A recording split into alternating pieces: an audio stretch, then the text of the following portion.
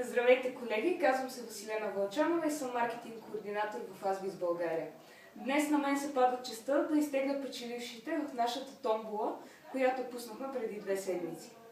Но първо нека видим какви бяха верните отговори на трите въпроса, на които трябваше да отговорите, за да участвате в нея.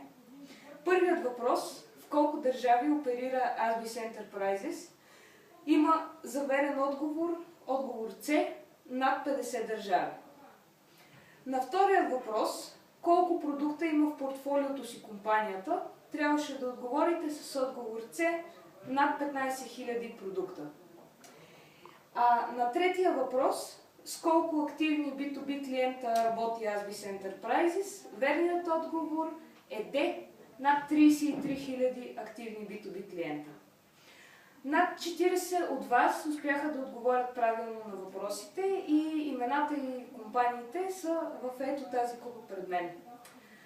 Нека да започнем от първата награда – слушалки Canyon by Rock Coca.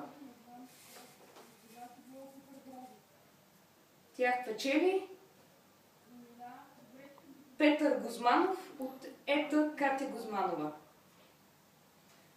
Втората награда – навигация Prestigio GeoVision 5700 BT, печели